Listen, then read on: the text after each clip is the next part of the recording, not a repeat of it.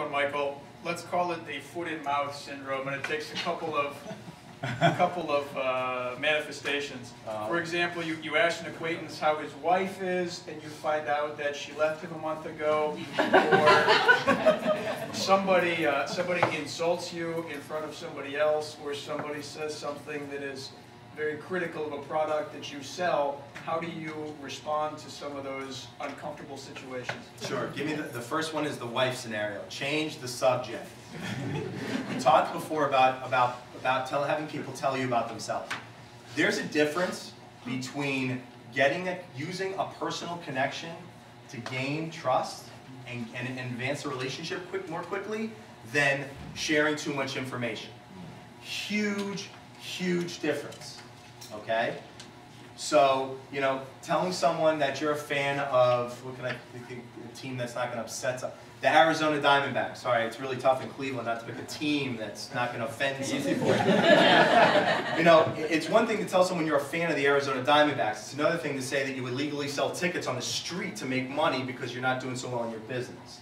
Okay? Huge difference there. And I'm exaggerating to prove a point, but I think it's an important one. You want to be careful about what you share. And in terms of that, I would just change the subject immediately, because nothing, unless you're really good friends with them, and obviously you're not because you asked the question, you know, there's nothing good that's going to come with that. I mean, you could try to play therapist, but if you're not that close in the first place, I would change the subject. The next one you mentioned is talking bad about products.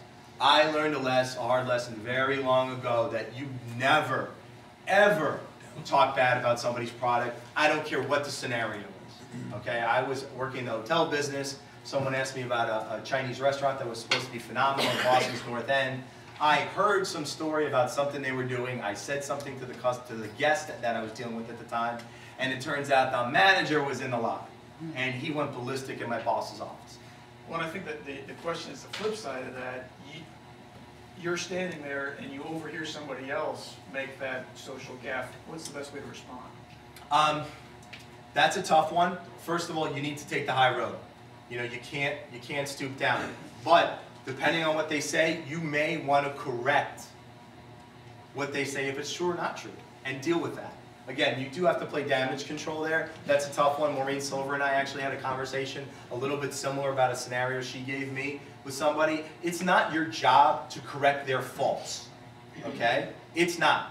It's your job to maybe correct misleading information that someone else might have about your company. That's something you might want to do.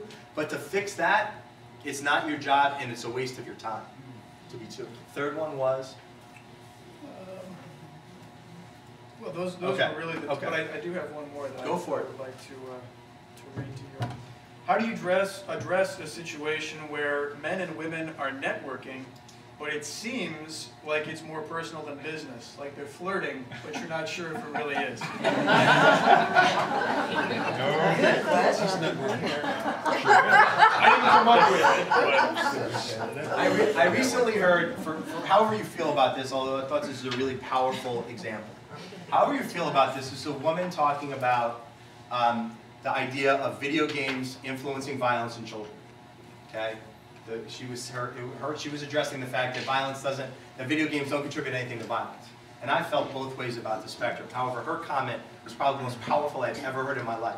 She said, if images aren't important and don't leave a lasting impression and make you do something, then why do companies spend $1.4 million for a 30-second ad during the Super Bowl?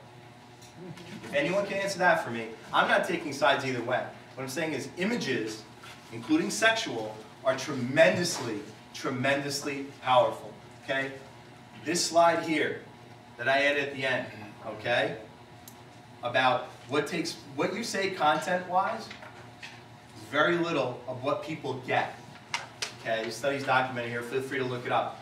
It's what you see visually and how it's said. George Carlin has a very famous skit where he has a priest making an anti-sex tirade.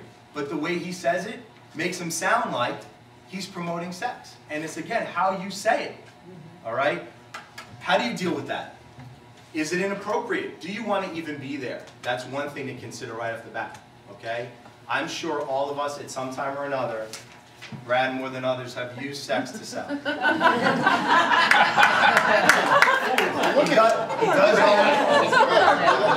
He does own 3 health clubs. It's true. But, you know, sex does sell. I mean, look at the advertising. Whether you believe it or not, it's working for the millions of dollars that are out there. So, you know, you have to decide if you want to play that game, if you want to use that, and how subtly. So I think an evaluation, I think removing yourself from the situation, looking at it and saying, okay, I've heard comments about a networking group in this city who will remain nameless, it's really not important, where basically I've been told that it went from a really great networking group to a group that became kind of a hookup club. Again, what do you want? If you want networking, not so good. If you want to hook up, then pretty good. But you have to decide what you want out of that. I think that's the most important thing, and then be consistent on it. Don't flip-flop. There's a lot of people right now that are in between opportunities, as I call it. The job market out there's a lot of people that are looking for jobs. How do you network in a group when ultimately your goal is to find a new career? You know, it's funny you brought this up. I thought about this recently, and I've gone so many different ways. You can posture yourself like you're this big successful person and you don't need anything. Well, then when you do that, then people don't think you need anything.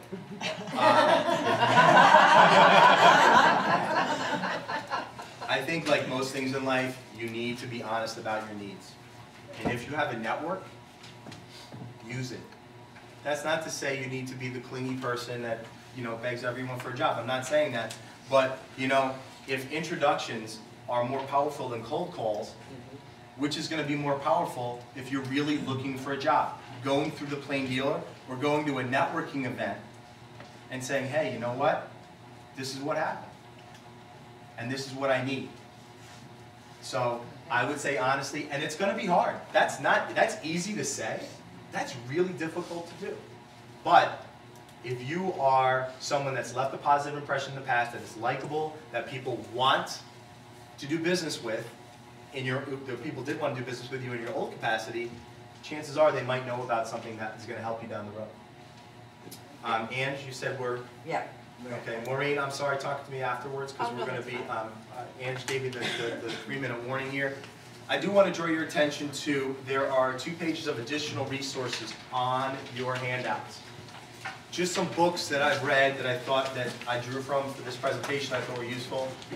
Some organizations, including this one, that you can use for networking. Having people talk to your company or group. Myself included. Jeff is also a public speaker. He spoke to this chamber, Jeff, in February. Yeah, I mean, it's a fabulous talk. The comment cards were to the roof on how he did. So having someone come in and talk to your company about this is also a good way to kind of better prepare yourself there. I will make myself available at the end. I'm not going anywhere. So if you want to talk, feel free. My cards are at this table right here. My email and phone number on it. And without further ado, I'll turn it back to you. Woo. Thank you.